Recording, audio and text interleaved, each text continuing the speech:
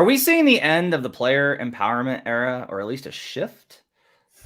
What's next for the Dallas Mavericks as their season heads down the toilet? Plus, if the Warriors win the title, is the regular season just extinct? This is Locked On NBA. You are Locked On NBA, your daily NBA podcast. Part of the Locked On Podcast Network, your team every day. Welcome to Locked On NBA, your daily source for all things NBA from the Locked On Podcast Network. Your team every day. Thanks for making us your first listen. We appreciate you guys joining us on whatever platform, whether it's on Apple Podcasts or Spotify. Make sure to give us those reviews and 5-star reviews, preferably. And or if you're joining us on YouTube, hit the like and subscribe button. You can catch a live version of the show on YouTube. Just search for Locked On NBA. Today's show is brought to you by the Gametime app. Download the Gametime app, create an account, and use Locked On NBA for $20 off your first purchase. Last-minute tickets, lowest price, guaranteed at Gametime. My name is Matt Moore. I'm the senior NBA writer for the Action Network, joined by David Ramil. He's the co-host of Locked On Heat. You can follow him on Twitter at DRamil13. I'm at HP Basketball. Lots to get to on today's show. We're going to talk about whether or not this is the end of the player empowerment era based off of a lot of different things that have happened over the course of the last several weeks/months, including some of the provisions in the latest collective bargaining agreement. Plus, we're going to talk about the Dallas Mavericks and what their future looks like after just another painful, abysmal, horrifying loss, this time on Sunday in overtime to the Atlanta Hawks. And David brings a really good question to the forefront, which is, if the Warriors win the title, is the regular season completely meaningless? Like, is it all entirely meaningless? Lots to get to on today's show. But let's start with the end of the player empowerment era. David, I'm not willing to go ahead and declare it definitively, but I do think that we have to look at a big picture perspective across a number of different teams and a number of different things happening, along with some of the news and the latest collective bargaining agreements. The player empowerment era, I think, really kind of started with 2011 and the decision by LeBron. And while there was obviously a huge backlash to that, you also saw moves like Carmelo Anthony forcing his way out that same very season to New York for the preferred location that he had. And we've seen that happen, throughout the years, the Lakers picking up Anthony Davis, etc. And while there's a lot of provisions in the new CBA that actually, I think, improve player empowerment, it allows them to invest in teams through a fund. It allows them to invest in sports gambling companies with a, quote, complete separation. We'll see what that looks like. All these types of different things. One of the things that's also included in the CBA is a lot of provisions to try and remove these super teams.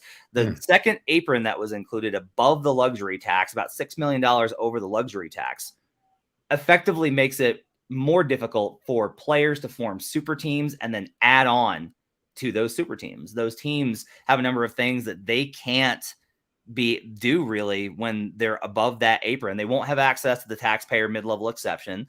They can't trade first-round picks 7 years down the line. They can't sign free agents on the buyout market, which those players typically don't actually impact things, but from a perception angle, it's pretty huge. They can't sign, they're not permitted to send out cash and trades. That's actually probably more meaningful.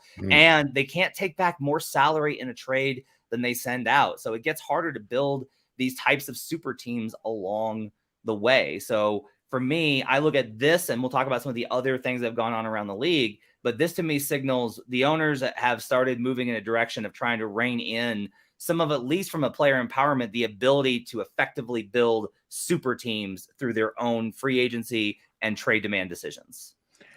Why? Maybe you would have the answer to this. Why did the Players Association agree to this restructured collective bargaining agreement if it was going to be taking away one of their biggest strengths that they've been able to, and rightfully so, at least in my opinion, build over the last decade and a half? Because it just seems like they were building towards something, and I thought it was a good way of the league trending in terms of managerial decisions and players being able to make the choices for their future. Why do you think the Players Association chose to accept these restrictions on something that had been working well for the past decade? So, I mean, this is like, I haven't spoken with anybody in the MBPA. I'll kind of say my reading of the tea leaves. The answer is money. Is that they got a lot more opportunity to get money in other ways. Like, the league offered them the ability to invest in teams through a fund. They can invest in WNBA teams. Those are very lucrative ventures. They have more opportunities for sponsorship and different investment opportunities. That all comes back to them. There's an agreement for merchandising and licensing to be included in the BRI. Someone noted like that's a fraction of what the overall thing is. I'm like, yes, but if you look at all of the different, if you go through the details, you wind up seeing that like, oh, the players are just going to make more money in this. And so Draymond Green was vocal on Twitter opposing these changes and was saying like we played ourselves again, basically, in that what it does is this is not, I would not describe this as a hard cap. I think that there are like, you could still do these things. You can still spend as much as you want. You just have to be extremely creative. However, these measures are specifically built to like, they curtail owner spending. And if you're curtailing owner spending, ultimately you're limiting how much money players can be paid. Right. So there's kind of like a two-way street on this, but there's more opportunities for the players to get a bigger chunk of a bigger pie. And everyone's already making so much. Like the salaries are so huge in the NBA. I think that factored in as part of a, like, let's not blow this up over their curtailing of 3 or 4 teams' ability to contend for a title even more than they already are. Plus all these different revenue opportunities sorting in to provide that. That's my read on it anyway. Okay. No, from what you're saying, then it does seem like the players wind up benefiting in a different sort of way. And if that's the case, then I don't necessarily have a problem. I think Draymond is speaking from the perspective of somebody who's been able to win and win as a result of that player empowerment and make a lot of money on the side as a result. And so I totally understand that perspective as well. My thinking now then is, in hearing this argument that you've laid out here, is that as fans, as media, it's going to require a change in the conversation and how we perceive an individual player's legacy, because ring chasing and all the negative narratives that are attached to said chasing of rings, I think are going to have to dissolve to a certain degree, because the players will not be able to just say, oh, I can just piggyback off another player joining team X in order to, ride their coattails to a title or something along those lines. I never had a problem with that kind of move or decision-making process. I just think that a lot of fans in general see, Kevin Durant, there was so much hatred lobbied his way, not just because of the way he left Oklahoma City, which I don't think anybody cared outside of Oklahoma City. It was the fact that he went to join what was already a super team to form an even better super team. And of course, it netted 2 rings and things of that sort. And a lot of people use that argument to invalidate his championship success, which I think is really unfair as well. They just were a very, very good team. So does that change now how people perceive the pursuit of a title? Is it reduced in importance? I've made that argument before, that I also don't think a title should define your career. There are so many different factors that go into it. And you've gone through this recently in your arguments regarding the MVP and everything else, and the playoff success that is normally tied to a regular season award. And I think it's somewhat unfair too, because there are so many different factors, and injury, luck, all that has to go into consideration, in addition to just whether or not you as a player are good and whether or not your team is good. And so I just wonder if fans are ready for that conversation to evolve into, well, he couldn't get a title because he couldn't join X team, but he can still carry another team to postseason success, albeit perhaps a more limited strata of postseason success. One of the most interesting things that actually hasn't been reported on enough yet is that there's supposed to be more mechanisms if you're above the tax line, but not above the apron. So what they want is they want like this healthy upper class of teams. That's what they are like really are kind of aiming for, is like, you should have more mechanisms to add players if you're willing to pay the tax, but not like uber spending is their conceptual idea. Again, I don't think any of these things are like right or wrong. I tend to think like the league will adjust and we'll figure it out, and everyone's going to make more money than most of us will ever see in our lifetimes. And that's fine. They get paid for a reason. But that'll be one of the things that I think I'm interested to see about, on top of the CBA stuff. I think is there's been this kind of trend of like, there's a lot of thought that there were other coaches that Trae Young might have preferred rather than Quinn Snyder. Not that he didn't want Quinn. I'm sure he's happy with Quinn. Quinn's a great coach, but that there were other coaches that maybe he wanted. And there's been some kind of signals that maybe the Hawks are going to be less Trae centric in going forward and trying to build a better team, because being Trey centric hasn't really brought them the success that they've wanted. Meanwhile, like the Dallas Mavericks, like they got rid of Rick Carlisle in part because he clashed with Luka Doncic. And the superstar is always going to win those battles. Like Marc Gasol won a player coach battle once.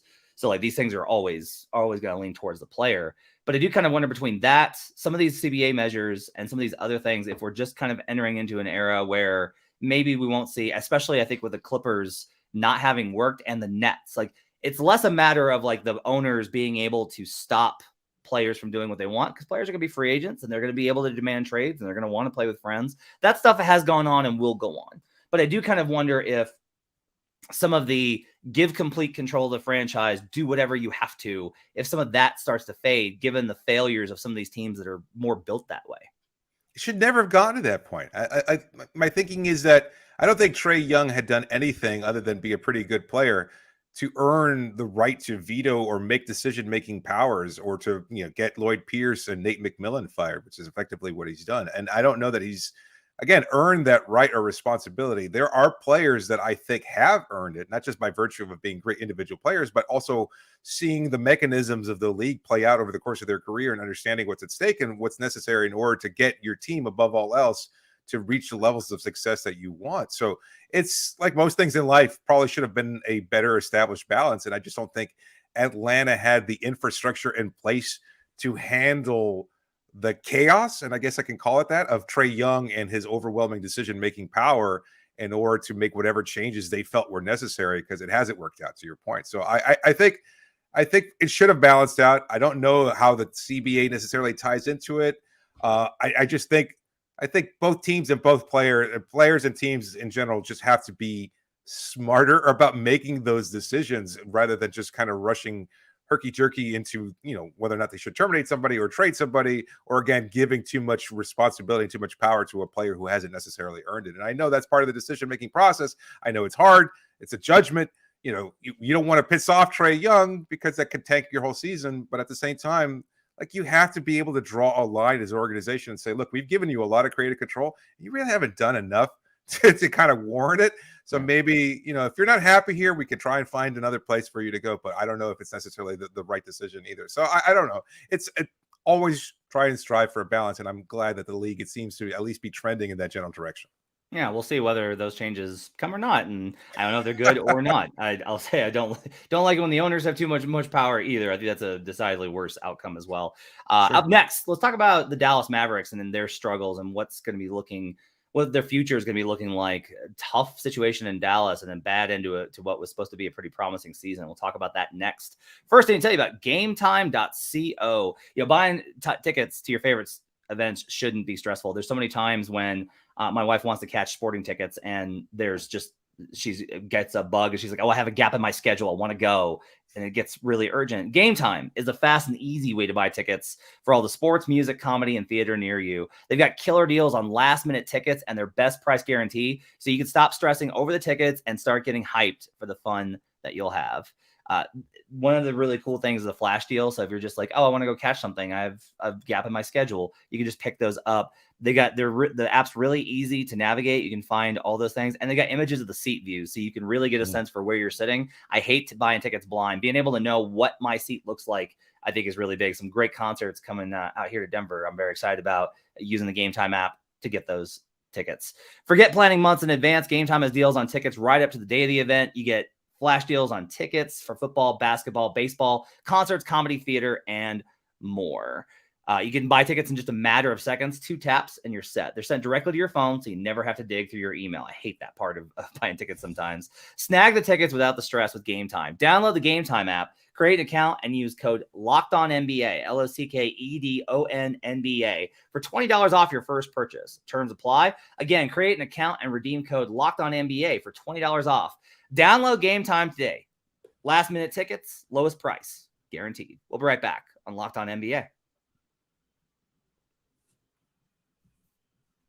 Back here on Locked On NBA, thanks for joining us and making us part of your day. Appreciate you guys being with us. Matt Moore alongside David Ramil, taking you through stuff on a Monday, as there's no games in the association on Monday. We're recording this early on Monday because there's no games, because the NBA is a bunch of cowards that doesn't want to compete with the men's national championship. Oh, you think they should have games?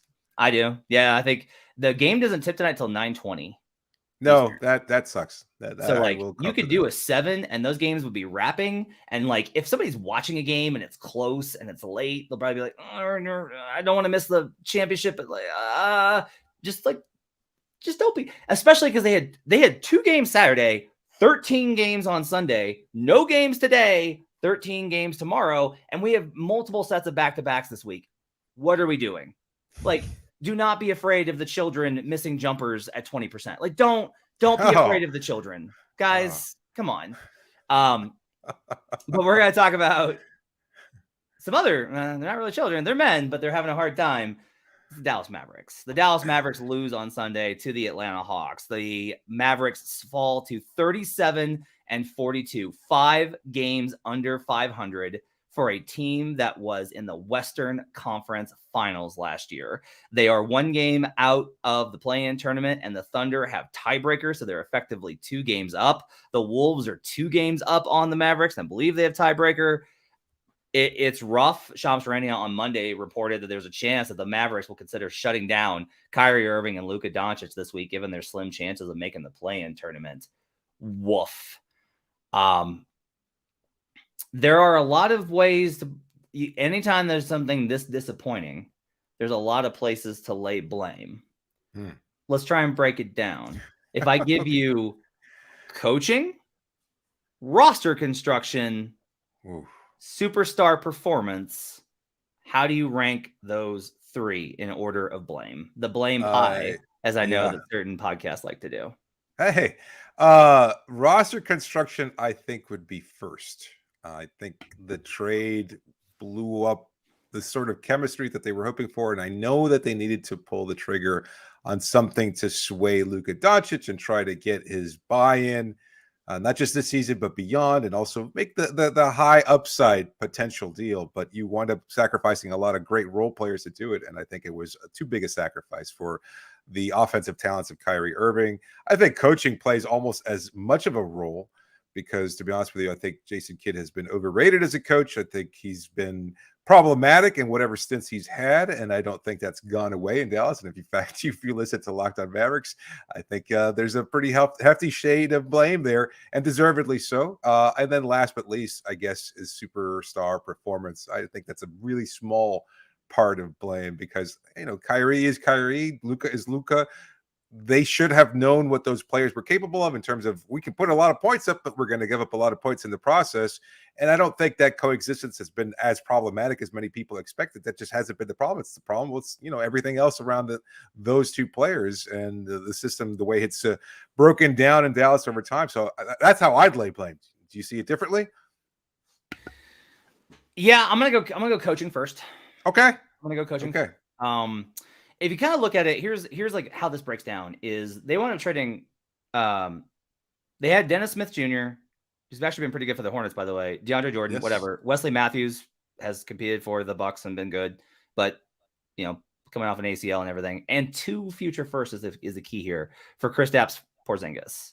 So they trade 2 firsts for Kristaps, essentially. You can just say that 2 firsts for Kristaps, and then they swap Kristaps for Spencer Dinwiddie, Davis Bertans.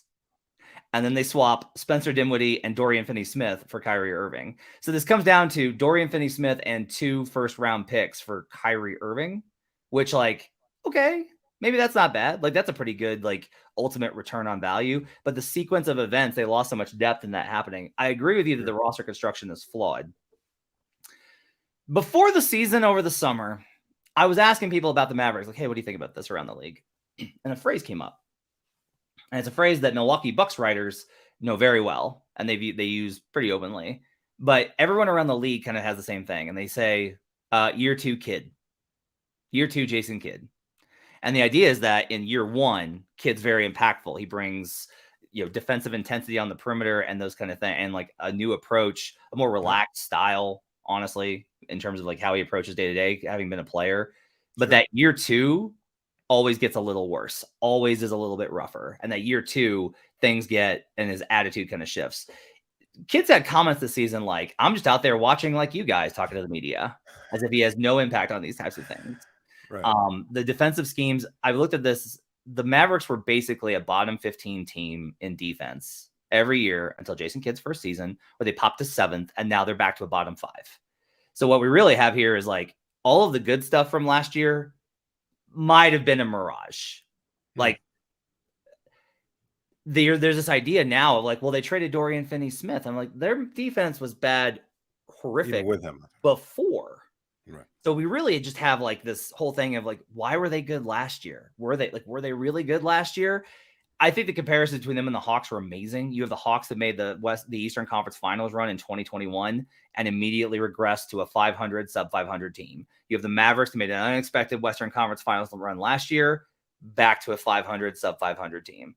And that comparison I think is really interesting when you look at also the fact that like there's a pretty good possibility Jason Kidd isn't retained this summer. Luka and Trey could be tied 1-1 in coaches that they got canned.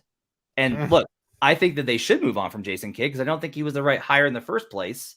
Just like I think a lot of what Nate McMillan did was like Nate's a good coach overall, but wasn't getting the most out of them. Well, isn't Trey up 2-1 in that regard then? I mean, Carlisle gone. Right now. Right now, Pierce. 2-1. Oh, okay. So it could be 2-2 if the kid gets go. Okay. Yeah. All right. Yeah. Nice. All right. Tough competition between those two. I'll say this, like the Christian Wood thing is a good example of this, where I don't want to come off as a Christian Wood defender because I think it's inarguable when you watch at how many teams he's been on, how those teams respond when he leaves, which is like, bon voyage, sir. Vaya con Dios. And how he's performed this season. But I will say that there was like a specific way this would have worked. Like, hey, look, we know it's going to be tough defensively. We're going to have to really play great defense on the perimeter, but we're going to run pick and roll with Christian Wood a ton with Luka Doncic. That's going to be a great 1-2 combo. We're going to fill in around it, and those other guys will provide some defensive structure. We won't be good defensively, but we can kind of get by. And then Jason Kidd started JaVale McGee and like buried Christian Wood and started playing a lot of lineups for much of the season. Wood didn't even play that much with Luka. Wood has no value if you do not play him with Luka Doncic, but they are so tied into Dwight Powell. You need to give Luka a pick and roll partner. That's how he plays. Like James Harden had Clint Capella in Houston. Like he had that guy as like, we're going to just run 1-5 pick and roll at you over and over and over again. If that's going to be your approach, you got to have that kind of thing. So to me, I look at coaching as like the number one thing and then roster second. But I do want to ask you about this. You know, a lot of criticism now of Luka. Like Luka's starting to catch it a little bit after being very much the golden boy for the league for the first couple of years. I mean, he was the MVP favorite going into the season. The past we talked about on this show, it was a 2-man race. Nikola Jokic and Luka Doncic. Yeah, and he's going to finish so far out. Conditioning, he had an injury and came back in worse condition. I don't know how many players I've seen get in worse condition as the season's gone on. Yeah. The officiating complaints have really started to make their way. There was comments on the low post about him being the worst transition defender in league history. Like all of these types of things. What role do you put on Luka Doncic? Like how much of the blame pie do you put on Luka Doncic for what's going on with the Mavs? A fair amount, but not a large amount. I just think, it is problematic. You want to be able to set the temperature of the room to some degree as a superstar player that everybody's going to gravitate towards. And I know that he has some say, some power in terms of trades and vetoing decision making power and things of that sort. But I don't know.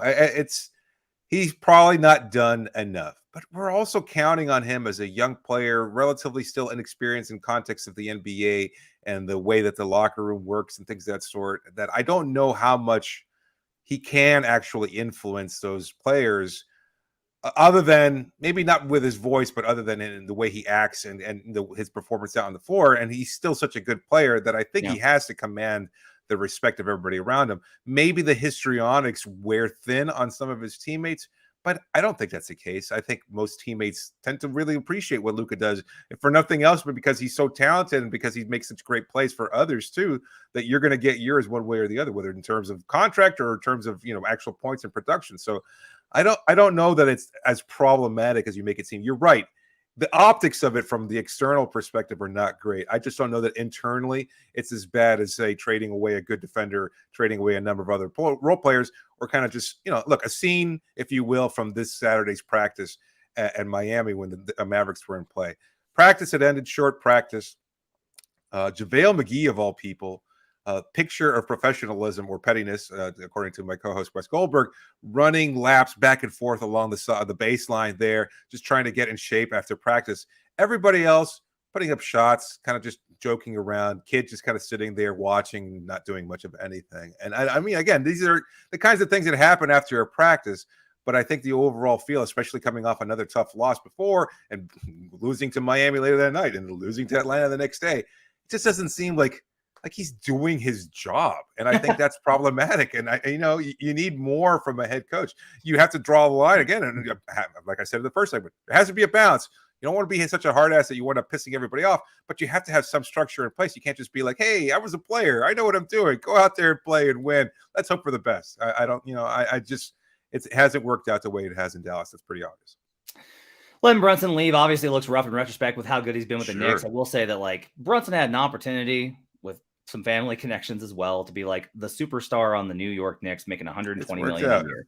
That's a pretty good deal. And I kind of think, while I do think the Mavericks got outmaneuvered, I do kind of think that no matter what number the Mavs have been willing to get to, the Knicks would have just been we'll clear space and get a little bit higher. They were going to get their guy. All right. So something to consider there as well. One guy I don't have a lot of blame for is Kyrie. I'm a pretty vocal critic of Kyrie and will probably continue to be so for a variety of reasons. But Kyrie walked into this disaster. This is one of the few ones he didn't make. Kyrie's been in good situations that he made bad. This was already one when he got there. If he leaves in free agency, what's next? Well, the answer for next is I think it's two teams. It's either Phoenix or LA. So that's what's next for Kyrie. What's next for Dallas? Yeah, for Dallas, it gets bleak. It gets real bleak real quick. Come up next. If the Golden State Warriors win the NBA title, why do we play 82 games? Why do we play the regular season at all? And we'll talk about that coming up on Locked On NBA. But first, I need to tell you about BetterHelp.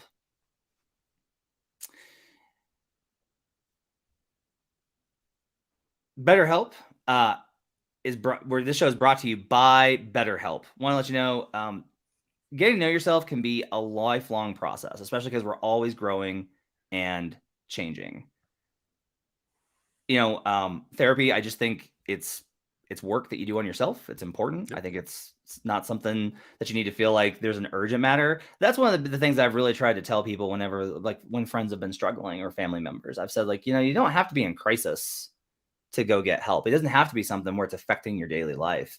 If it's just something that you find yourself and you're preoccupied with whatever, and it's been hard, just the process of therapy is almost always going to net positive results. Therapy is about deepening your self-awareness and understanding, because sometimes we don't know what we want or why we react the way we do until we talk through things. BetterHelp connects you with a licensed therapist who can take you on that journey of self-discovery from wherever you are. If you're thinking of starting therapy, give BetterHelp a try. It's entirely online, designed to be convenient, flexible, and suited to your schedule. Just fill out a brief questionnaire to get matched with a licensed therapist and switch therapists anytime at no additional charge. Discover your potential with BetterHelp. Visit BetterHelp.com/LockedOnNBA today to get 10% off your first month. That's BetterHelp, HELP.com/LockedOnNBA. We'll be right back on Locked On NBA.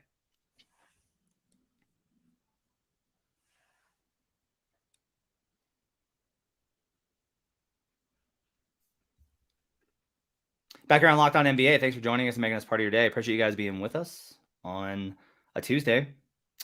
So, David, the Golden State Warriors lose last night to the Denver Nuggets without Nikola Jokic in a really wild game. Peyton Watson with a pretty incredible performance, blocking a bunch of shots, and MPJ was great, and Christian Brown gave good minutes. But I've joked on Twitter, this is the floor for. I keep trying to find what's the floor for how bad the Warriors can be on the road.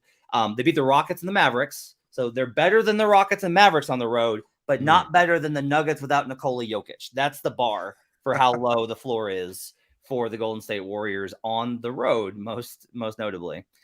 Warriors now are tied in the loss column with with three other teams: the Clippers, the Lakers, and the Pelicans. Wolves are 2 games back. They're not going to catch the Suns for the 4. The Warriors could wind up in the 4. They could wind up in the 5, the 6, the 7, the 8. They could be out. Any of those things are possible right now for the Warriors. They are one of the absolute worst road teams in NBA history. I believe that they're going to have the worst road record of any defending champion in NBA history. They're not going to have a top 4 seed. There's only been, I think, one conference champion since 2000 that was not a top 3 seed. So history screams that this is not a contender, but this is a weird year. The Nuggets rather, do not profile necessarily as a typical number 1 seed in terms of strength. The West is considered to be wide open. There's a lot of chaos that could wind up happening. Suns are still building chemistry. They're undefeated with Kevin Durant, but they're untested. The Kings and Grizzlies are 2 young teams really trying to find their way. Kings with their first playoff run. Grizzlies obviously with a lot of turmoil in season and some injuries that are pretty notable. Great question from you that you saw that was argued about on Twitter. If the Warriors win the title, does this ultimately show in the strongest way possible that we've ever seen that the NBA regular season means absolutely nothing, that there's no point to any of it? I don't think so. I personally don't think. I think that's a overly simplistic way of looking at it. I think first and foremost, it speaks to the individual strength of that team. Like if they can lose this much and somehow still turn it on for the playoffs, I think the first thing that's a takeaway from all that is, man, the Warriors are really good. Like that they could weather the storm of an 82 game season and still be able to accomplish something that great speaks to what a good a team they are. And I think that's first and foremost. Secondly, I think it also speaks to the general parity of the league. A consistent theme of the season is that it should be wide open, and it should make, I think, seeding less matter. I don't think it necessarily means that teams should try winning less because you want to build good habits. But this idea of an 82 game season being reflective of how good you could be in the playoffs probably shouldn't matter as much as it does to a lot of people. Oh, you're a 1 seed. Well, nowadays I think it means less than it once did. I think, the teams expand, the league has expanded. There are more expansion teams, look likely being more in the future, et cetera. I think it's changed the dynamic of how we view the game in general. So I don't have a problem with it. And I know that might probably seem surprising, but what happens during an 82 game season is so often determined by bad luck or injury, or could completely sabotage your plan. Look at the Mavericks. Again, we were talking about them as legitimate looking title contenders at one point. They were one of the top teams in the West. Of course, that's all been ass over tea kettle over the last few months, but they were looking like a really good team before the trade. And I think, they were starting to trend in that direction, but I still think that there's potential there, right? I mean, they've got 2 superstar players. As unlikely as it might seem, they could make some noise in the playoffs should they even get in. And for the Warriors, look, they were missing Andrew Wiggins. He missed 23 games over the course of the regular season. He's back with a team now. I think they lost a part of their identity in that regard. I just don't see necessarily it being as problematic as we might make it seem. What do you think about it? It's fun to invalidate the regular season, but I don't think it's realistic either. I think it's better for the product if the Warriors or Lakers don't win, from a standpoint of like, if you're a team, like, why do you want a 1 seed? Why do you want to try? Why do you want to try and be great? Why do you want to win? Like what's the upside?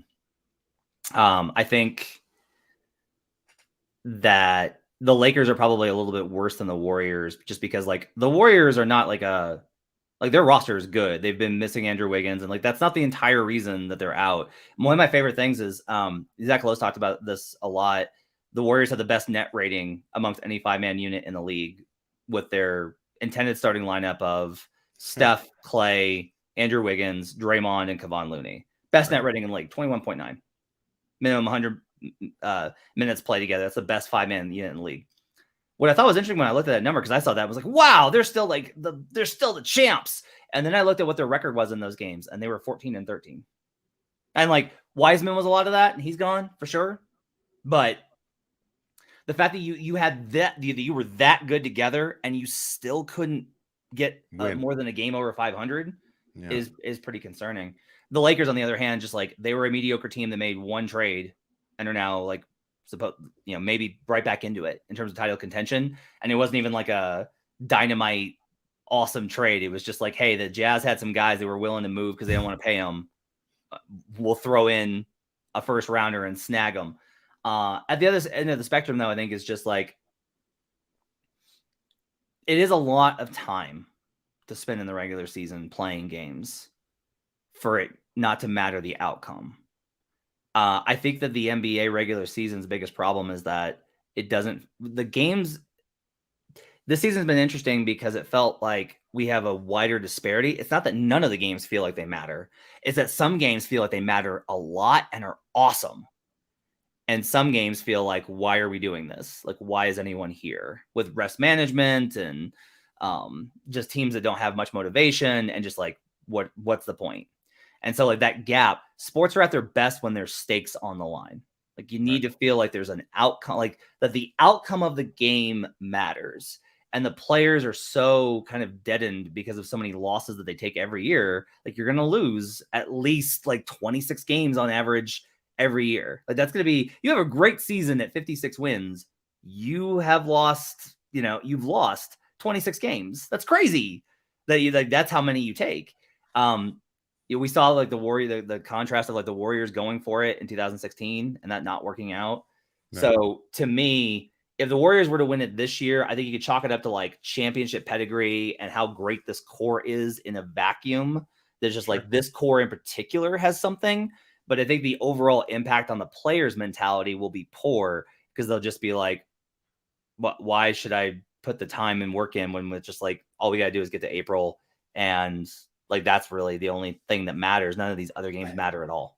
But isn't that what the playoffs is though? Like, isn't that what everybody has some kind of rooting investment? Isn't that why the play-in tournament itself is such a great opportunity for so many other teams and fan bases? Is that just give me a chance. I don't have to win 50 plus games. Just give me a chance to get my foot in the door, and maybe somehow we can tie all things all together and play our best and concentrate on just the next few weeks. We could do something great and, etch our names into the history books. I don't know. To me, it's all kind of tied together. Well, there's two sides of this coin, right? The positive side of the coin is like, you give me a chance and we can make a run. And so like, there's an intrigue and excitement. Even if you haven't had the best regular season, you can do this. The other side of this coin is there is a perception, at least amongst casuals, and I don't think it's accurate, but it's a perception that players don't try that much. Right. And that's bad. Like it's uniformly bad that people are paying $200 to go to a game, not knowing who's going to play or if the players are really invested in the outcome. That's not. Do you think that's true? I will say that it is not like a thing I can definitively sit here and say like that's obviously not true. We haven't polled all 460 players in the league. Yeah, I get it. I understand why people feel that way. And there are nights when, and you've been at this, you've been at games when it's like, yeah, they just don't have it tonight. And that's okay. Like you're going to have like 10, 12 games a year where it's just like. I'm making the argument for the Heat specifically based on that premise that the past 80 games haven't meant anything. And that somehow Jimmy Butler's going to be like, all right, this line, no further. I'm going to ready to play. I was kind of skating my way through it before. Now, all of a sudden, we're going to start winning. That's been the little bit of the silver lining I've been trying to sell Heat fans. Yeah. So, I mean, on the other end, I cover the Nuggets, and it's like they even have like they have not been like, yeah, we've proven that we can do this. They're not like that. They're like just trying to get through the regular season. We've had a good season. Hopefully, it carries over. Like the Nuggets can't take any sort of satisfaction or accomplishment in getting the 1 seed in the West. Right. That seems unfair. That's the flip side of it too, then. It's like you win 50-something games and everybody's sort of like, yeah, you're okay. You're still just good. Good job. Yeah. Like, I mean, I've talked about how like people were making fun of Paul George to talk about raising the division banners.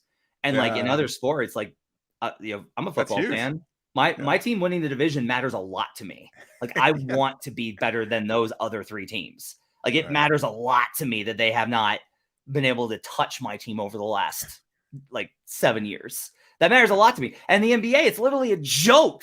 It's like, oh, you're celebrating a division? How lame. And it's just like, guys, like people come and pay hundreds of dollars to see you try and win these games. Like we spend hours like watching you guys compete. Or not. So that to me is like the flip side of this. Now, the benefit of this is that the playoffs can be awesome, right? And like, if we want, and a lot of times the same people that complain about the effort in the regular season will be like, the playoffs are too predictable. Well, you can't have it both ways because now it's going to be like, who knows? Like we could have it like an 8th seed in the in the finals in the West. The East is pretty usual. The East is pretty Hey, come on. Let's hope Locked On Heat listeners aren't listening. sorry. Outside of my